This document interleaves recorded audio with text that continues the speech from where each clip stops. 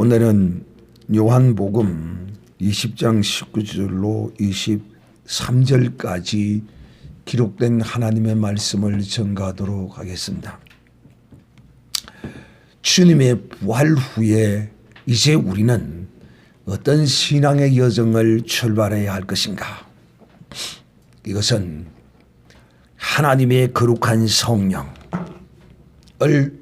이제는 목적으로 우리는 이제 50일 동안 77이 49 7주 동안을 성령에 관한 말씀을 여러분에게 이제 전가하도록 하겠습니다. 그러므로 오늘 주님은 부활하신 후에 제자들에게 어떻게 말씀하셨는가? 이 부활의 목격자 되고 부활의 주인공 된 사람들, 나는 부활의 목격자요, 나는 부활의 주인이요, 나는 예수 부활 내 부활을 받은 사람은 어떤 믿음의 삶을 살아야 하는가? 오늘 이것을 여러분에게 말씀하고자 합니다. 지난주에는 여러분에게 더 좋은 부활을 얻으라 하는 말씀을 드렸고, 또 나의 죽은 것을 부활로 받는 절기가 되라고 여러분에게 말씀을 드렸습니다. 혹 제가 전하는 이 성경의 하나님의 영혼을 추수하는 농사법에 대한 절기에 대한 이것을 이해하지 못해서 하나님의 절기를 따라서 신앙생활을 하는 어떤 모습이 부족한 것이 있었다면 내년에는 꼭 이 절기를 따라 행하는 그런 여러분이 되시기를 바랍니다. 그리고 제가 이렇게 가르치는 것이 무엇을 의미하고 뜻하는 것인지를 정확하게 모르면 물어봐야 합니다. 목사님 말씀하는 것이 내가 아삼삼하고 아리송송합니다. 그거 좀 자세히 좀 구체적으로 가르쳐 주실 수가 없습니까? 이렇게 말씀을 해야 합니다. 그냥 아는 척하고 그냥 가만히 있으면 이거 어떤 사람입니까? 교만한 사람입니다. 겸손한 사람은 모르면 모른다고 이야기하고 자신을 진실되게 표현하는 사람이 겸손한 자요. 겸손한 자가 하나님의 뭘 받습니까? 은혜를 받습니다. 그래서 김모시기가 그렇게 이야기했어요. 목사님은 설교를 늘 뺑 둘러서 말씀을 하시면 제가 그것을 알아듣지를 못하니 저에게는 직설적으로 바로 말씀해 주시옵소서. 얼마나 솔직한 말입니까?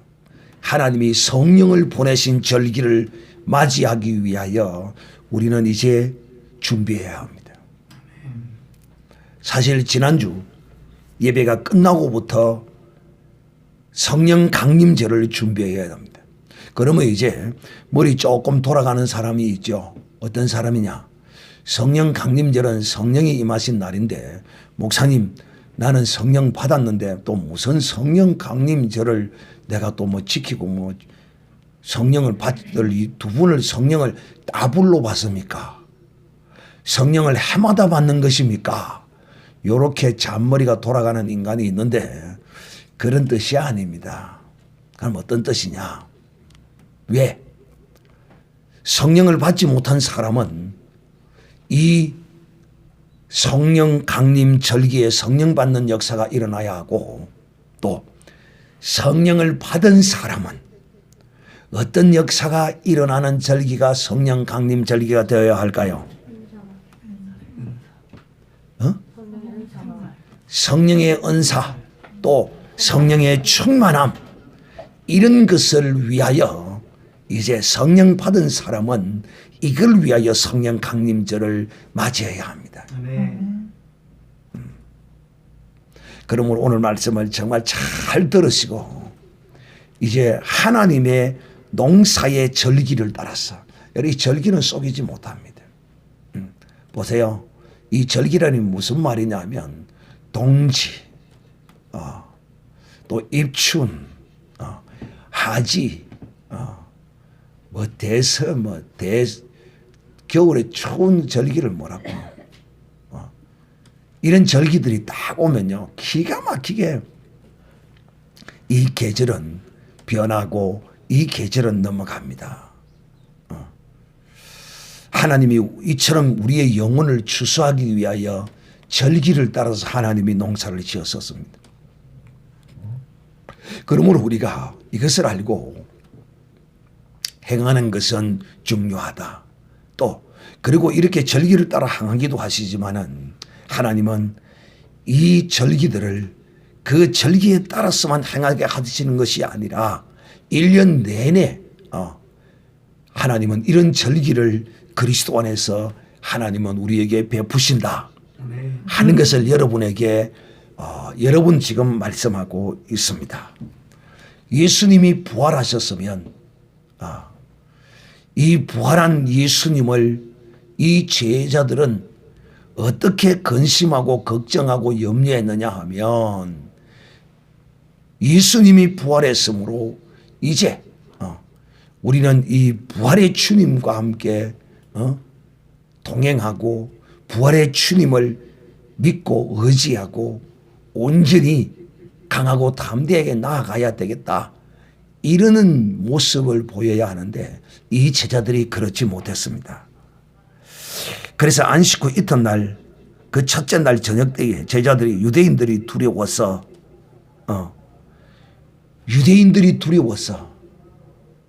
문을 닫고 모여서 저들이 떨고 있었습니다.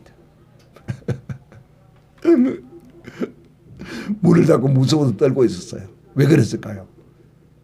지금 이 예수님의 부활의 소식이 전거되어짐으로써 이 제자들에게는 이것이 제자들의 육신적인 생각으로는 이것이 예수님의 부활이 저들에게 최대의 위기가 된 것입니다.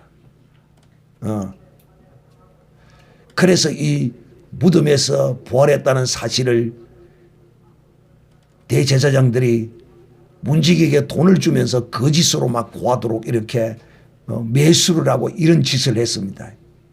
그런데도 예수님의 부활의 소식이 막 전거되어져 나감으로써 이것이 제자들에게는 두려움과 공포가 된 것입니다. 참 우리가 모른다는 것이 얼마나 참 불쌍하고 참으로 안타까운 것인지 말로 다 알 수가 없어요. 제자들이 이걸 모르기 때문에 무엇을. 근데 육신적으로는 그럴 수 있잖아요. 예수님의 부활이 소문에 번져나가니까 그 위협이 누구에게 오겠어요? 그 제자들을 잡아서 죽이라고 하지 않겠습니까?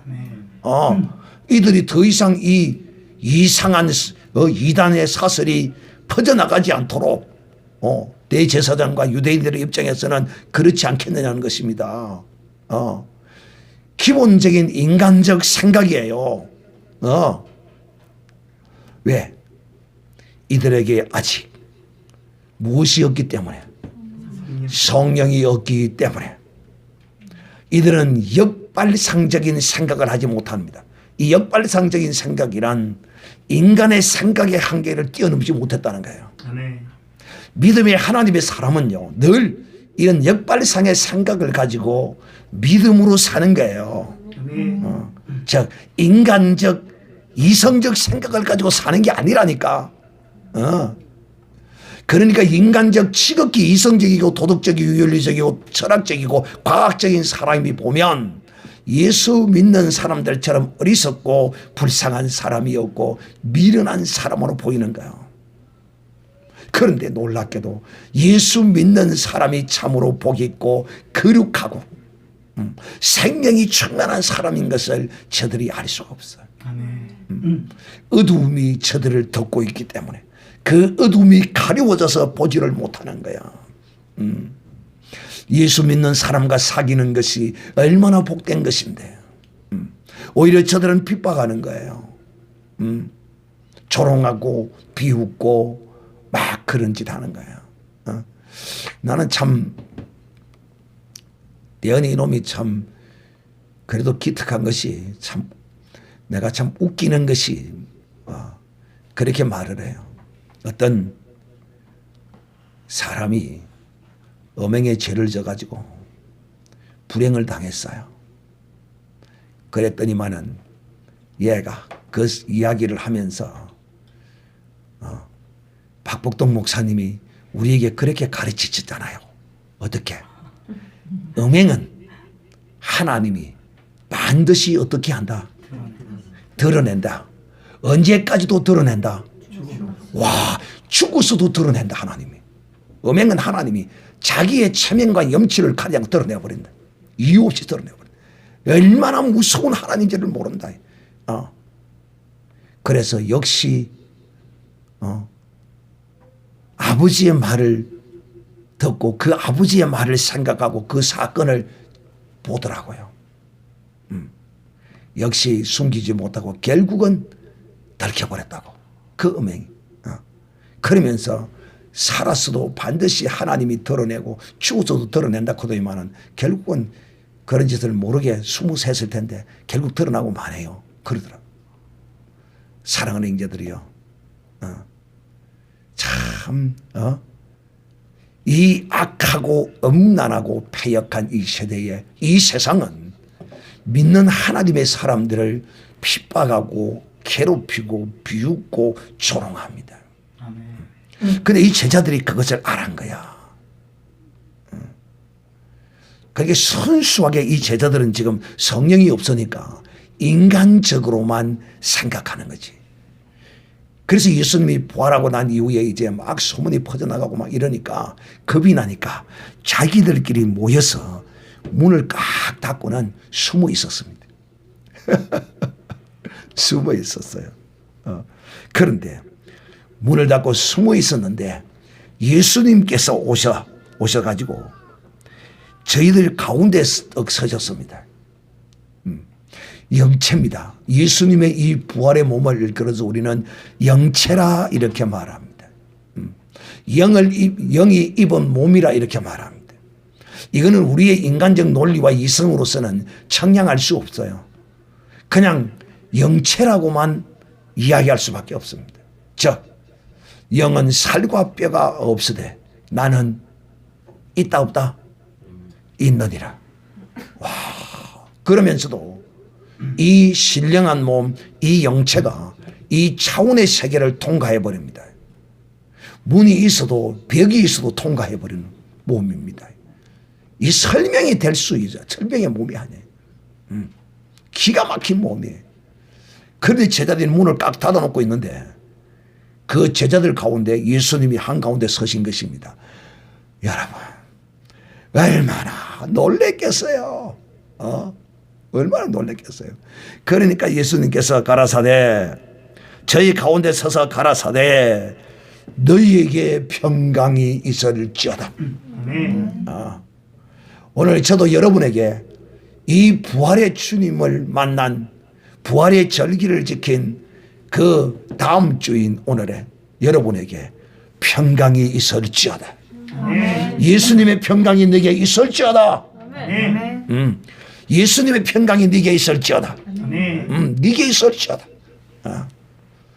이 평강은 평화와 같은 어떤 레벨에 있는 단어라고 할 수 있는데 이 평강은 의미가 조금 다르게 해석되어질 수 있어요. 두려워 말라, 염려하지 말라, 걱정하지 말라 하는 그런 의미를 담고 있습니다. 이 평강이라는 의미가. 그러므로 오늘 주님이 누구보다도 이 제자들의 심령을 뭐같이 알고 있다고요? 명강알같이 알고 있다. 우리 경상도 사투리입니다. 경상도 사투리. 나는 경상도 촌놈이니까 어찌 그대로 쓸 재미있게 또 여러분도 그렇게 씁니다. 이 명강알이라는 말은 거울 같다. 사실 우리 주님은 거울보다도 더 속속들이 알고 계십니다. 그래서 부활하신 이후에 제자들에게 처음으로 딱 나타나셔서 하는 말씀이 바로 평강이 있을지어다. 그리고 또 이 말씀을 들으니까 여러분은 이것과 비슷한 사건을 여러분 또 연상이 되어져야 돼요. 연상이. 무슨 말씀이 연상되어져야 되는 거? 평강과 평안입니다. 예수님은 어느 때는 또 평안하라 이렇게 말씀합니다. 불안해서 마음이 불안해서 덜덜덜 떨고 있는 사람에게 평안하라. 평안하라. 그러니까 여러분도 이 기록된 말씀을 읽으면 또 주님의 성령이 여러분 속에 들어와 있으면 여러분도 이런 상황에서 이렇게 똑같이 행하게 되어 있습니다. 할렐루야. 내가 그렇게 했는데 알고 보니까 그렇더라고요. 성경에. 내가 이렇게 했거든요. 나는 이 성경을 읽어서도 이걸 잘 몰랐어요. 처음에는. 그런데 제가 이제 성도들과 이런 어려움 행편에 있는 이런 사람을 만나고 또 여러 사람들을 만날 때 신방을 가거나 그럴 때 그들에게 평안하세요. 불안에 벌벌 떨고 있는 사람에게 평안하세요. 주님이 함께 하십니다. 주님이 도와주실 것입니다. 주님이 함께 하고 계십니다. 평안하세요. 평안하세요. 그러고 보니까 성경에 주님이 모든 죄인들을 만날 때마다 평안하세요. 평안하세요. 평안하라고 그러더라고. 그런데 오늘 지금 이 상태는 뭐 제자들이 두려워서 덜덜 떨고 있는 두려워서. 그러니까 평강이 있을지다. 무서워하지 말라. 두려워하지 말라. 걱정하지 말라. 그러면 무서워하지 말라. 두려워하지 말라. 평강이 있으라고 명하신 그분이 우리를 지켜주지 않겠느냐는 것입니다. 믿으십니까? 평강이 있으라고 이 평강의 복을 비시는 분이 함께 하시고 도와주실 것이기 때문에 너희는 조금도 뭐 하지 말라. 두려워하거나 무서워하거나 염려하거나 걱정하거나 하지 말라는 거야. 제가 늘 여러분에게 강론합니다. 믿음의 하나님의 사람은 강하고 담대해서 두려워해서는 안 된다. 이 세상에 두려워할 것은 오직 이 세상에 한 분밖에 없다. 하나님 한 분밖에 두려워할 것 없다. 왜 하나님 한 분밖에 두려워할 자가 없다고 말하고 있다고 했죠? 왜 그렇지요? 그렇죠. 이 세상에 두려운 존재는 내 육신의 목숨 정도밖에 가져갈 수 없어요. 이것만 자기가 마음대로 할 수 있어요. 그러나 내 영혼의 어떠함은 0.00001%도 손댈 수가 없어요. 육신이 죽어서 땅에 들어가 버리면 끝나요. 그러나 그 영혼이 하나님 나라에 가지 못하고 지옥에 들어간다면 그는 가장 슬픈 자요 불쌍한 자가 되는 것입니다. 그렇기 때문에 지옥에 보내는 하나님만을 두려워해야 합니다. 여러분, 우리가 이 부활주의를 맞이하고 이제 첫 주를 부활 후 첫 주를 맞이했는데 우리가 두려워 떨어서 되겠습니까? 무서워해서 무서워할 것 하나도 없다. 두려워할 것 이 세상에 아무것도 없어. 간땡이가 커야 됩니다. 간땡이가. 아이고 저놈은 무서운 게 없어. 간땡이가 부었는가 봐. 세상에 이런 말을 하잖아요. 오늘 여러분은 이제 여러분의 간을 뚝 떼내고 예수님의 간을 이식받기를 주님의 이름으로 축복합니다. 예수님의 간이 여러분 속에 이미 있어요. 여러분이 이제 바꾸기만 하면 되는 거예요. 그래서 세상 사람들도 그러잖아요. 마음 먹기에 달렸다. 근데 그들은 마음만 먹어서 마음만 어떻게 변화시키지만은 우리는 마음이 어떤 핵이 아니라 우리의 능력이요 우리의 생명이요 우리의 모든 것인 부활하신 주님이 우리와 함께 하신 겁니다. 이건 마음만이 되는 거예요. 그런데 주님이 함께 하는데 우리는 마음을 이렇게 변화시키지 않아요. 마음을 주님과 함께 연합시키지 않는 거예요. 그러니까 우리가 두려워하고 무서워하고 벌벌 떨지요. 앞으로는 여러분 그 무슨 일을 당해도 그 누구를 만나도 절대 두려워하거나 무서워하지 마세요. 무서워할 모양이네. 아멘 소리를 안 하네. 아멘. 아멘 해야지. 자, 이 제자들도 지금은 이 부활하신 주님을 이제 저들은 소문은 들었으나 주님을 직접 보지도 못했고 두려워서 벌벌 떨고 있는 가운데 주님이 나타나서 저에게 평강이 있을지어다. 오늘 이거는 여러분 제자들에게 하신 말씀이 아니라 누구에게? 누구에게? 나에게 하신 말씀이야. 그러므로 내가 다시 이 시간 우리 주 예수님을 대신해서 부활주일 이후 첫 주에 여러분에게 명령합니다. 사랑하는 예수님의 자녀들이요, 제자들이요, 너희에게 예수님의 평강이 있을지어다. 예수님의 평강이 있을지어다. 정말 말로만 아멘이 아니라 여러분의 영으로 아멘하시기를 주님의 이름으로 축복합니다. 내 영으로 심영으로 아멘. 정말 나는 두려워할 것이 없다. 이제 오늘 이런 강하고 담대함이 임하기를 예수님의 이름으로 축복합니다. 그리고는 주님께서 평강이 있을지어다 이 말을 하시고 손과 옆구리를 보이시니 얼마나 제자들이 놀랐겠어. 중간에 분명히 목소리는 예수님 목소리인데 분명히 예수님인데 지금 어리둥절한 상태예요. 갑자기 예수님이 가운데 나타나셔서 평강이 너희에게 평강이 있을지어다 그러면서 손을 내미시는 거예요. 자 봐라. 못자국을 봐라는 못자국을. 자 옆구리를 착 올리. 자 봐라. 하나 봐라. 옆구리를 이렇게 올리시는 거예요. 옷을.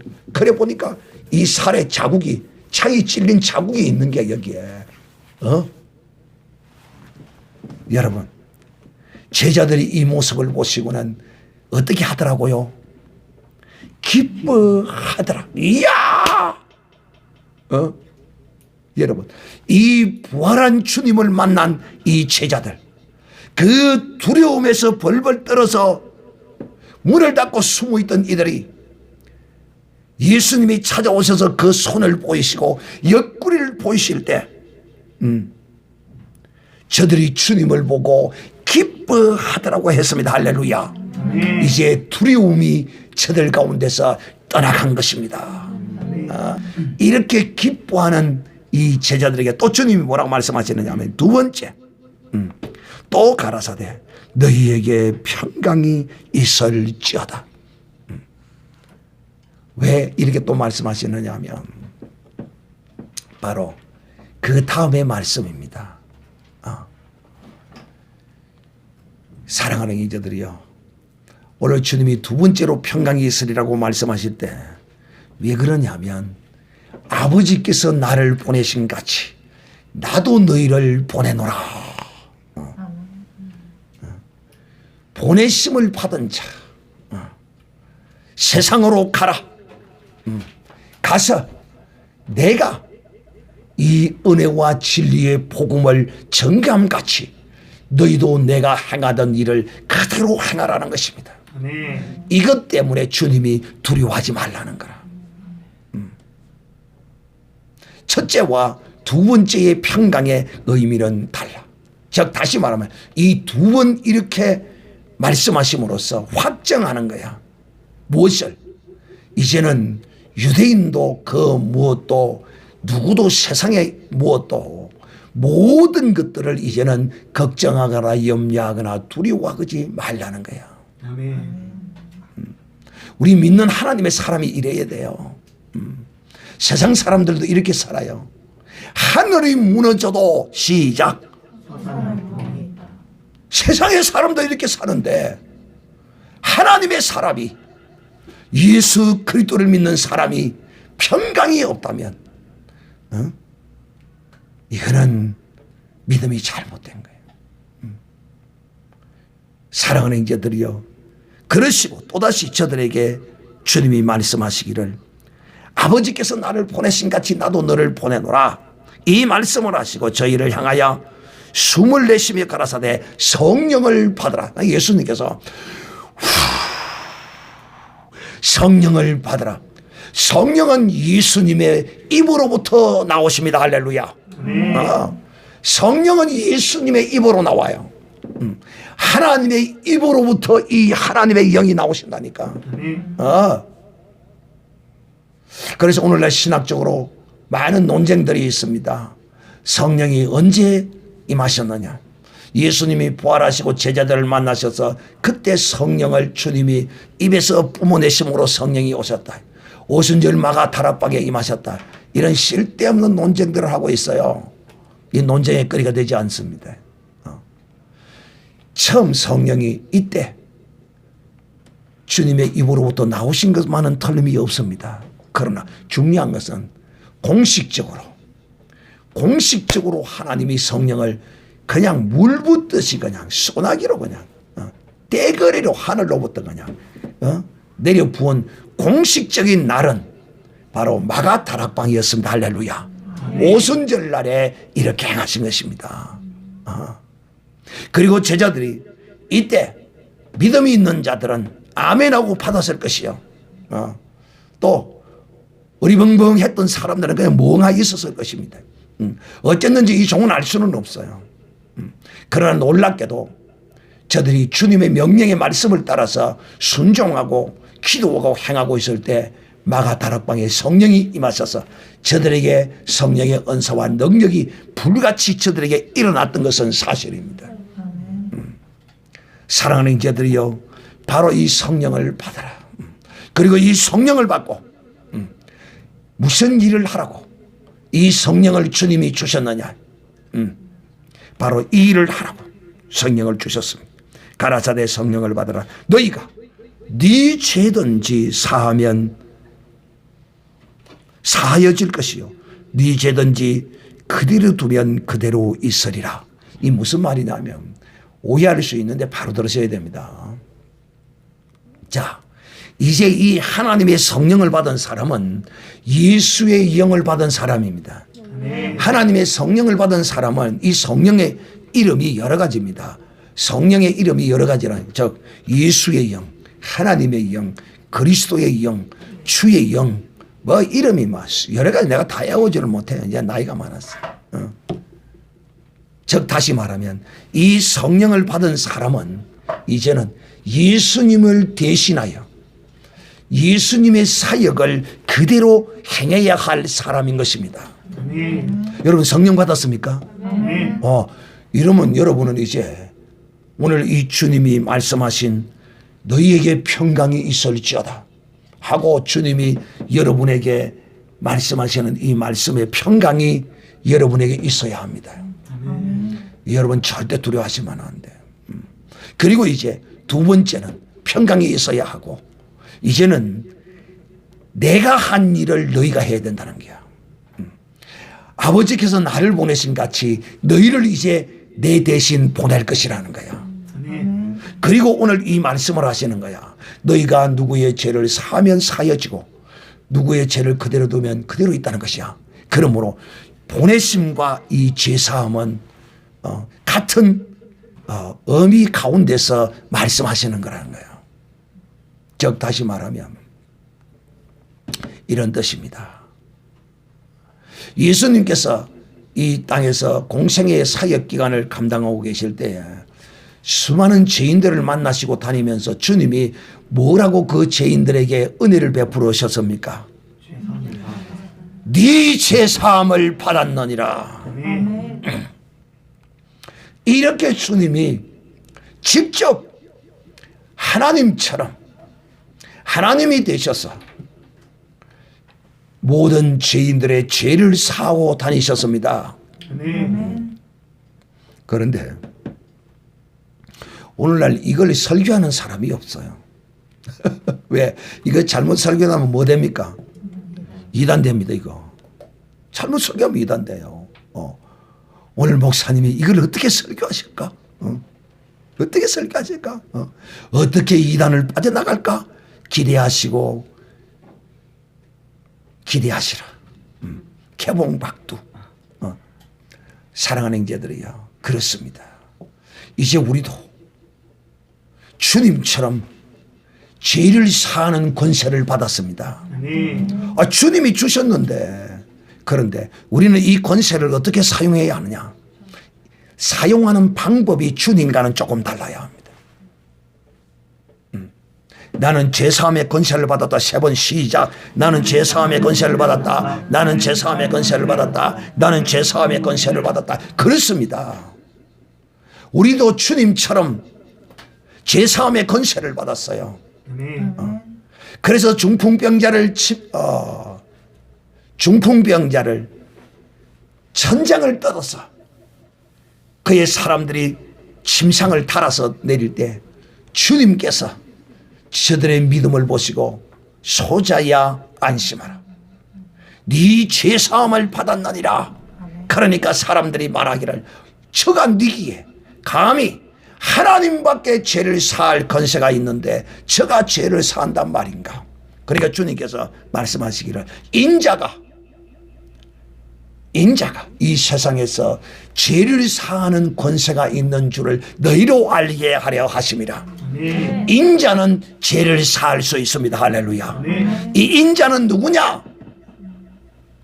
제가 인자론에 관하여 여러분에게 말씀했습니다. 인자는 하나님이 성령으로 인을 친 사람입니다. 여러분은 성령의 인침을 받았습니까? 어떻게 성령의 인침을 받았습니까? 한번 물어봅시다. 성령의 인침을 받았다는 것이 무슨 뜻입니까? 그렇습니다. 성령을 받은 것이 성령의 인침을 받은 것입니다. 그러므로 우리가 입맞은 사람입니다. 나는 입맞았다. 3번 시작. 나는 입맞았다. 나는 입맞았다. 나는 입맞았다. 그렇습니다. 우리는 하나님의 거룩한 영의 성령의 인침을 받은 사람이야. 그래서 여러분은 절대 이단에게 속으시면 안 됩니다. 인침 받았습니까? 그러면 예, 인침 받았습니다. 웃으면서 다 설 말해야 합니다. 오늘날 교회에서 이걸 가르치야 뭐 말이지. 그러니까 이단이 와갖고 인침 받았습니까? 그러면 무슨 인침요? 무슨 인침요? 이러죠. 그러니까 이단이 막 삶아 조집니다. 그때는 이제 막 삶습니다. 그러면 그냥 설득 넘어갑니다. 14만 4천 인침을 받아야 된다고 그러면 그자 속아 넘어가는 게야. 하나님은 우리로 성령으로 인을 치십니다.